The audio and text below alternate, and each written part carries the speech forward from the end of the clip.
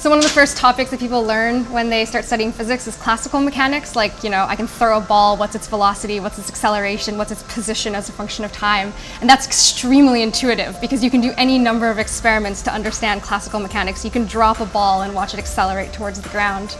But with quantum mechanics, it's not that easy for most people to just go home and do a quantum mechanics experiment. There isn't anything that you can see with your naked eye that tells you that quantum mechanics is true. There's this leap that you have to make of just accepting that that's the way the universe is, and we have to develop a lot of very special tools to study the quantum properties of materials.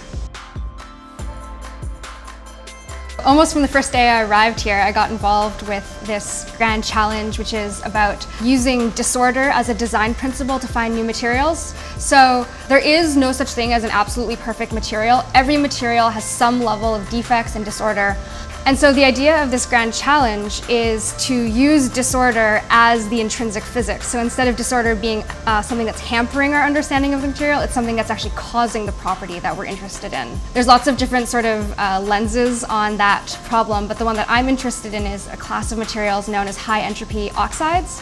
So they're very new, and this is a class of materials where we're actually mixing together 5 different chemical elements into one material, and they're just completely randomly distributed. So it's about as disordered as you could imagine a material being, but they do really interesting things. They do things that are completely different than any of those one elements in isolation.